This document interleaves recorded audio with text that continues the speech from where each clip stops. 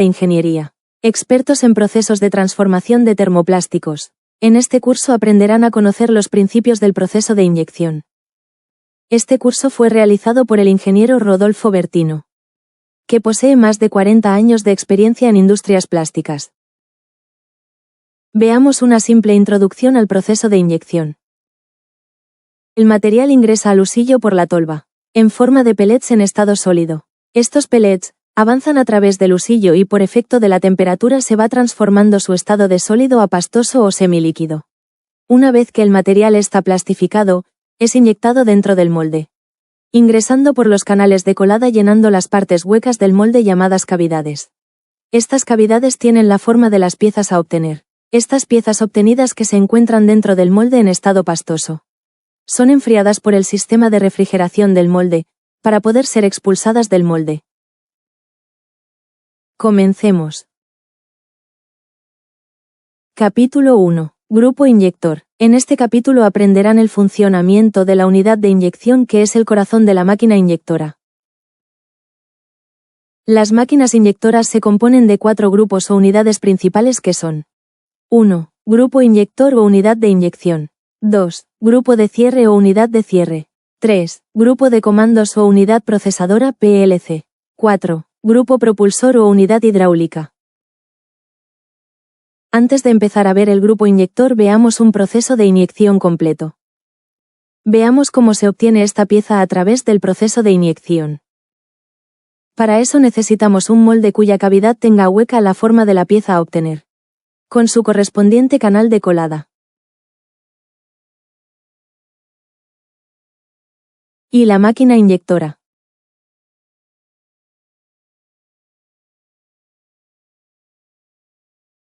El material en estado sólido en forma de pellets se carga en la tolva, para ser ingresado al cilindro de inyección, que está formado por una camisa que tiene las resistencias de calefacción y en su interior el husillo que, como veremos, está dividido en 3 zonas. Zona de alimentación, zona de plastificación y zona de compresión. Estos pellets son tomados por el husillo y son arrastrados por el giro del mismo a su parte delantera. A medida que avanza por el efecto de la temperatura de las resistencias y la fricción y rozamiento van transformando su estado de sólido a pastoso. Pasando por la válvula antirretorno se ubican en la parte delantera formando la cámara de inyección. El husillo avanza, la válvula antirretorno se cierra y el material es empujado al interior del molde. Al finalizar la inyección el husillo gira repitiendo el proceso. A esto llamaremos carga o dosificación. La máquina abre el molde y la pieza es expulsada.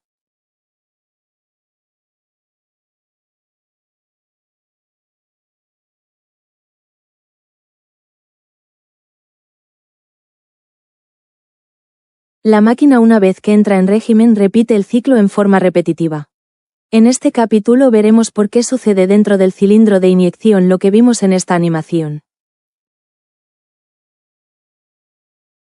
En el capítulo 5, veremos ciclos de inyección y variables del proceso. En ese capítulo aprenderán a regular la máquina para lograr un ciclo óptimo.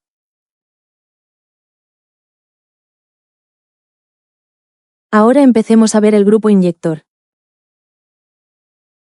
El grupo inyector está compuesto por los siguientes componentes. 1. Cilindro de inyección. 2. Motor de carga. 3. Camisa y tornillo, o husillo, que componen el cilindro de plastificación. 4. Resistencias de calefacción. 5. Porta pico y pico. 6. Cilindro de arrime y desarrime del cabezal. El grupo de inyección tiene la función de recoger el material sólido en formato de pellets que hemos depositado en la tolva, fundirlo de una forma progresiva e inyectarlo o introducirlo dentro del molde. Para ello tiene una serie de elementos mecánicos, eléctricos e hidráulicos. El cilindro de plastificación formado por la camisa y en su interior el tornillo o husillo. Es la pieza clave del grupo de inyección, es el corazón de la máquina de inyección, ya que aquí es donde se produce la transformación de sólido a pastoso o líquido del termoplástico. El estado de este termoplástico fundido como distribución de las temperaturas de la masa de plástico fundida, la homogeneidad del plástico fundido, la ausencia de aire en el interior de la masa, la no existencia de material degradado, va a determinar en gran medida la calidad de la pieza inyectada. Si de aquí el material no sale en buenas condiciones, será muy difícil conseguir una pieza de calidad. En el cilindro de plastificación, entra en su parte trasera el material termoplástico en granos sólidos, pellets, por efecto del tornillo, llamado husillo, situado en su interior, va avanzando a la parte delantera del cilindro. Como esta camisa exteriormente posee unas resistencias eléctricas que abrazan toda su longitud, va transmitiendo el calor hacia el interior donde se desplaza el termoplástico, que unido al calor de fricción que sufre al desplazarse por el husillo, hacen que el termoplástico se vaya fundiendo progresivamente. Los tornillos, husillos, tienen 3 zonas, como se observa en la figura. El tornillo o husillo debe estar pulido y cromado, para facilitar el desplazamiento del material sobre su superficie. Hay 2 características importantes cuando se diseña un tornillo o husillo, que son la relación LD, longitud, diámetro. Este cociente debe estar comprendido entre los siguientes valores, 18 a 24. Esto es porque tornillos con relaciones LD menores a 18 no proporcionan un fundido homogéneo del termoplástico, en cambio con relaciones LD mayores a 24, se tiene una degradación no deseada en muchos plásticos de ingeniería, debido a que el material permanecerá mucho tiempo dentro del cilindro de inyección. La otra característica importante es la relación de compresión. La geometría ideal para plastificar los distintos materiales no será la misma, ya que por su viscosidad, dureza, fluencia, grado de cristalinidad, pueden requerir para piezas muy técnicas, perfiles de plastificación muy sensibles. Si bien existen los tornillos específicos para uso general, o sea que abarca un rango de materiales muy amplio, si buscamos la mejor performance para nuestro proceso deberíamos consultar con nuestro proveedor de materias primas cuál es la geometría y relación de compresión que mejor se adapta al material que estamos procesando. Si nuestra producción es muy específica y con productos que se repiten y básicamente están produciendo todos los días del mes, todos los meses del año el mismo material, lo ideal sería contactar al fabricante de maquinaria para que estudie cuál es la mejor geometría para nuestro producto. Las principales dimensiones a tener en cuenta son F, altura del filete, P, paso, R, diámetro de raíz, W, ángulo del filete. La relación de compresión de un tornillo será equivalente a la relación entre la altura del filete en la zona de alimentación y la altura del filete en la zona de plastificación. Como se ve en la figura siguiente. O sea, la relación de compresión será FA dividido FP, en donde FA es la altura del filete en la zona de alimentación y FP la altura del filete en la zona de plastificación. Si tomamos hipotéticamente como valores de FA igual a 11,7 milímetros y FP igual a 5,3 milímetros, tendríamos que al reemplazar en la fórmula la relación de compresiones 1 en 2,2. En la tabla vemos valores de relación de compresión recomendados para distintos materiales. ¿Cómo avanza el material dentro del husillo? El motor de carga genera el giro del tornillo o husillo, quien va recogiendo el material que se encuentra en la tolva y lo hace avanzar a través del filete. A medida que el material avanza y producto de la temperatura de las resistencias del cilindro de plastificación, la disminución de la altura del filete, relación de compresión, y las fricciones a las que está sometido, va transformando su estado de sólido a pastoso. Cuando llega a la punta del tornillo, empuja el anillo de la válvula antirretorno e ingresa a la parte delantera del cilindro de plastificación, formando lo que llamaremos cámara de inyección. Como se ve en la figura. Este material que ingresa a través de la válvula a la cámara de inyección, para poder ocupar ese espacio, empuja el tornillo o husillo hacia atrás. El tornillo para poder retroceder debe eliminar el aceite, fluido hidráulico como se ve en la figura, que se encuentra dentro del cilindro de inyección. Y a ese esfuerzo que hace el material para hacer retroceder al tornillo o husillo, se lo llama contrapresión y se la utiliza para plastificar o amasar más el material a inyectar. ¿Cómo se aumenta la contrapresión? Restringiendo la salida del aceite del cilindro por medio de una válvula hidráulica. Mediante un fin de carrera se regula la distancia que retrocede y a esto se lo llama carga. Para inyectar este material que ya está preparado en la cámara de inyección del cilindro plastificador, se hace avanzar el pistón del cilindro de inyección, este empuja el tornillo o husillo, y al empujar el material que se encuentra en la cámara de inyección, cierra la válvula antirretorno, produciendo un efecto jeringa e inyecta el material dentro del molde a través de la boquilla de inyección. Mediante un principio similar pero en sentido inverso, es decir, restringiendo el ingreso del aceite, fluido hidráulico, se regula la velocidad de inyección. Si la carga es mayor que el volumen a inyectar que dará material si ingresar al molde en la cámara de inyección del cilindro plastificador, a este material se lo llama colchón o cojín. El tornillo, husillo, tiene en su parte delantera una válvula antirretorno. Esta válvula está roscada en la punta del tornillo, husillo, y tiene la función de permitir que el material fundido pase por ella y se aloje en la parte delantera de la camisa y formando la maza de material a inyectar dentro del molde, comúnmente llamado carga. Como se ve en la figura. Y en el momento de la inyección se cierra para generar un efecto jeringa y hacer ingresar el material al molde.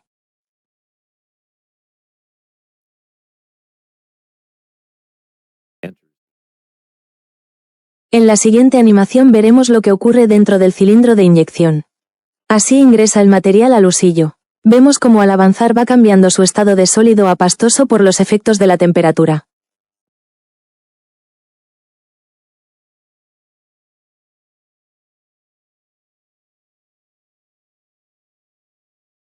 El husillo está dividido en 3 zonas. La primera es la zona de alimentación, que es donde ingresa el material en estado sólido y la altura del filete es mayor. La fricción y el rozamiento son muy leves. La segunda zona llamada zona de fusión o zona de plastificación. En esta zona es donde comienza el proceso de plastificación del material a inyectar. La temperatura recibida para su cambio de estado es aportada no solo por las resistencias, sino que ya empieza a recibir por fricción y rozamiento ya que la altura del filete comenzó a ser más baja. La tercer zona o zona de compresión es la parte final del proceso de plastificación del material. Punto. En esta zona el material ya está listo para ser inyectado. El calor aportado por fricción y rozamiento es mayor ya que la altura del filete del husillo está en su valor menor.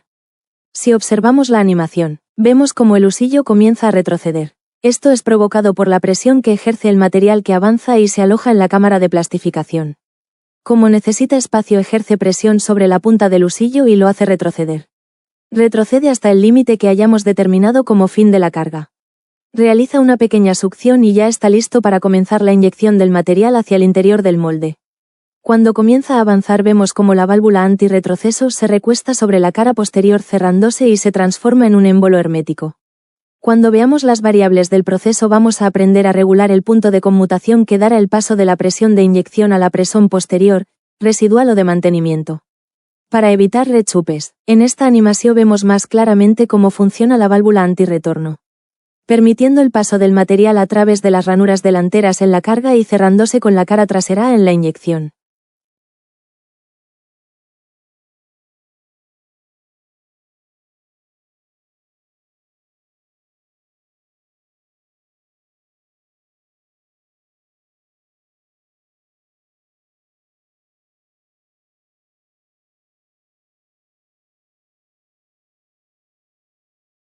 Cuando tenemos que elegir una inyectora, debemos tener en cuenta que se cumplan ciertas condiciones. Una condición muy importante es la presión sobre el material. Para asegurar que una inyectora pueda llenar piezas muy finas debemos tener una presión sobre el material igual o mayor a 1300 kg por centímetro cuadrados. Cumpliendo esta condición podremos inyectar cualquier pieza por más compleja que sea. Veamos cómo se determina teóricamente este valor. Partiendo del principio físico, que dice que los líquidos transmiten presiones y los sólidos transmiten fuerzas. Si tomamos como ejemplo una inyectora de 160 toneladas de cierre, con las siguientes características. Diámetro del cilindro de inyección igual a 156,4 milímetros. Presión hidráulica máxima igual a 140 kg por centímetro cuadrados. Diámetro del tornillo igual a 40 milímetros, 45 milímetros, 50 milímetros. Tenemos 3 alternativas de diámetro del tornillo, calcularemos la presión específica sobre el material. La presión hidráulica generada por la bomba a su máxima capacidad, que para este caso es 140 kg por centímetro cuadrados, aplicada sobre la superficie del cilindro de inyección, nos genera una fuerza sobre el tornillo, husillo. Supongamos que el diámetro del cilindro de inyección es 156,4 milímetros. Su radio es 78,2 milímetros. Fuerza sobre el tornillo igual a presión hidráulica por superficie del cilindro de inyección. Superficie del cilindro de inyección igual a 3,14 por 7,82 centímetros, al cuadrado igual a 192 centímetros cuadrados. Fuerza sobre el tornillo igual a 140 kilogramos por centímetro al cuadrado por 192 centímetros cuadrados igual a 26.880 kilogramos. Esta fuerza transmitida por el tornillo, husillo, aplicada sobre la superficie de la punta del tornillo, husillo, nos da la presión sobre el material. Ahora debemos elegir entre los tres tornillos, husillos, disponibles, diámetro 40 milímetros, diámetro 45 milímetros y diámetro 50 milímetros. Acá obtenemos los siguientes valores, partiendo de la siguiente fórmula. Presión sobre el material igual a fuerza sobre el tornillo dividido superficie punta del tornillo. Analicemos el tornillo de diámetro 40 milímetros. Superficie punta del tornillo de 40 milímetros igual a 3,14 por 2 centímetros, al cuadrado igual a 12,56 centímetros cuadrados. Presión sobre el material para el tornillo de 40 milímetros, igual a 26.880 kilogramos, dividido 12,56 centímetros cuadrados igual a 2.140 kilogramos por centímetro cuadrados. Analicemos el tornillo de diámetro 45 milímetros. Superficie punta del tornillo de 45 milímetros, igual a 3,14 por 2,25 centímetros, al cuadrado igual a 15,89 centímetros cuadrados. Presión sobre el material para tornillo de 45 milímetros, igual a 26.880 kilogramos, dividido 15,89 centímetros cuadrados igual a 1.690 kilogramos por centímetro cuadrados. Analicemos el tornillo de diámetro 50 milímetros. Superficie punta del tornillo de 50 milímetros, igual a 3,14 por 2,5 centímetros, al cuadrado igual a 19,63 centímetros cuadrados. Presión sobre el material para tornillo de 50 milímetros, igual a 26.880 kilogramos, dividido 19,63 centímetros cuadrados igual a 1.369 kilogramos por centímetro cuadrados. Acá vemos cómo al aumentar el diámetro del tornillo, husillo, perdemos presión sobre el material, es decir, potencia de inyección. Pero ganamos capacidad de inyección, ya que al tener mayor diámetro ganamos gramos, ya que a igual carrera de carga tendremos mayor volumen de material. Acá está según las exigencias que tengamos determinar el diámetro de tornillo, husillo, a elegir. Para ganar capacidad de inyección perderemos potencia de inyección. O pasamos a una máquina de mayor tonelaje, o pedimos una máquina con un cilindro de inyección de mayor diámetro. Pero esto lo veremos más adelante cuando veamos elección de la máquina inyectora.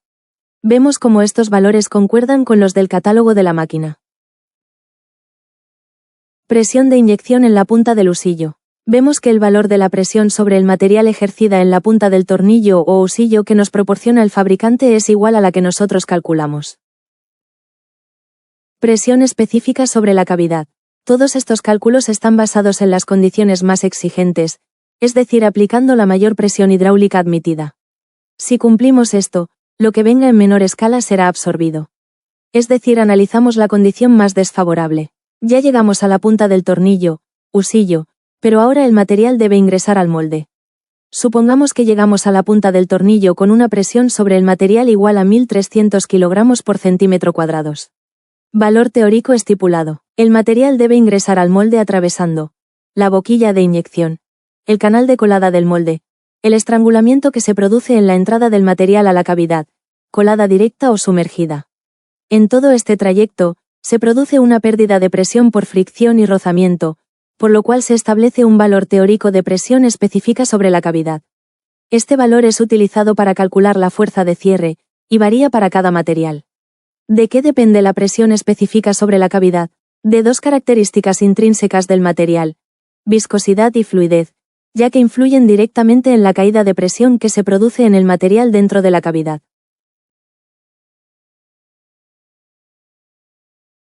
Dudas y o consultas por email a info@rodolfobertino.com.ar, ingeniería@rodolfobertino.com.ar. Gracias.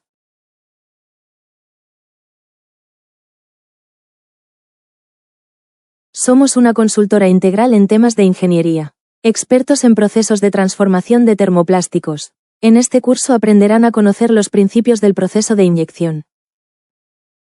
Este curso fue realizado